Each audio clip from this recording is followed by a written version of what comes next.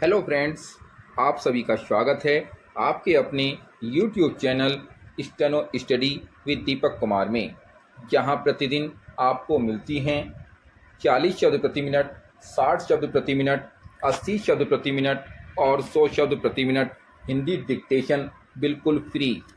चलिए वक्त ना गवाते हुए डिक्टेशन शुरू करते हैं।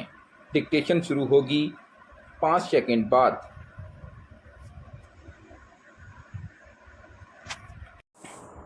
स्टार्ट।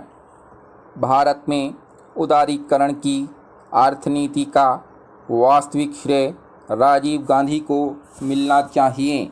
वे भारत के एकमात्र प्रधानमंत्री थे जिन्हें अराजनीतिक कहा जा सकता है।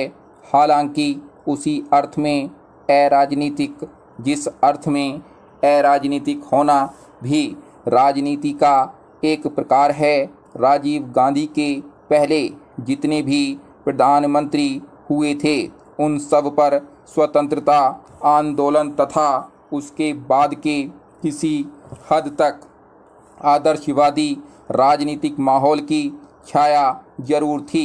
राजीव को स्वतंत्र भारत की उस पीढ़ी का प्रतिनिधि नेता कहा जा सकता है जो किसी भी तरह के आदर्शवादी या नैतिक दबाव से मुक्त है। यह पीढ़ी भारत को आधुनिक और समृद्ध देखना चाहती है। संक्षेप में, भारत का उसका सपना किसी भी पश्चिमी राष्ट्र या जापान और सिंगापुर से मिलता जुलता है।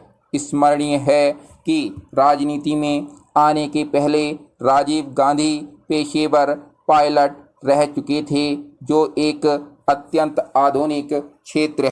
इनकी पत्नी इटालवी थीं और उनकी मित्र मंडली भी आधुनिकतम उपकरणों से सुसज्जित रहा करती थी। उनके आर्थिक सलाहकारों में मोंटेक एलूवालिया, बिमल जालान और मनमोहन सिंह का नाम लिया जाता है। इनमें से अनेक विश्व बैंक में काम कर चुके थे और उनके आर्थिक दर्शन से प्रभावित थे। चेंज अरुण सिंह और अरुण नेहरू जैसे उनके राजनीतिक सहयोगी प्रबंधकीय पृष्ठभूमि के थे और सरकार चलाने के काम को भी कोई संयुक्त स्कंद कंपनी चलाने की तरह देखते थे।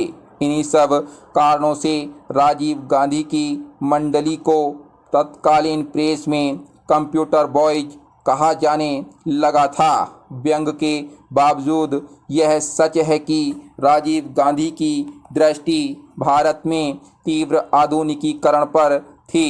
21वीं शताब्दी में जाने का मुहावरा उन्हीं के समय में शुरू हुआ था। प्रचंड बहुमत से चुनाव जीतने के बाद सरकार के आर्थिक दृष्टिकोण पर प्रकाश डालते हुए राजीव गांधी ने कहा कि यह नियम शैथिल्य, आयात में उदारीकरण तथा विदेशी टेक्नोलॉजी तक सुगमतर पहुंच के न्याय संगत सम्मिश्रण पर आधारित होगा। शीघ्र ही इस दिशा में कदम भी उठाए जाने लगे। उद्योगपतियों की संस्था फिक्की चाहती थी कि एकाधिकार कंपनी की परिभाषा को 20 करोड़ से बढ़ाकर 60 करोड़ कर दिया जाए, किंतु सरकार ने इसे 100 करोड़ कर दिया।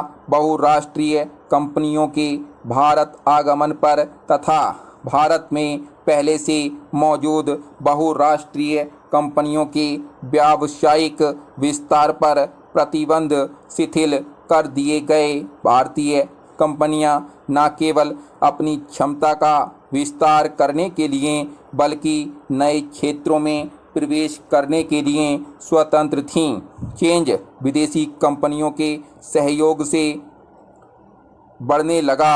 आयात पर प्रतिबंध कर शिथिल कर दिए गए। उदारीकरण की दिशा में राजीव गांधी के समय का सबसे ठोस और महत्वपूर्ण योगदान माना जाता है नई राजकोषीय नीति, जिसकी घोषणा 1985 में की गई थी। यह घोषणा तत्कालीन वित्त मंत्री विश्वनाथ प्रताप सिंह ने की थी।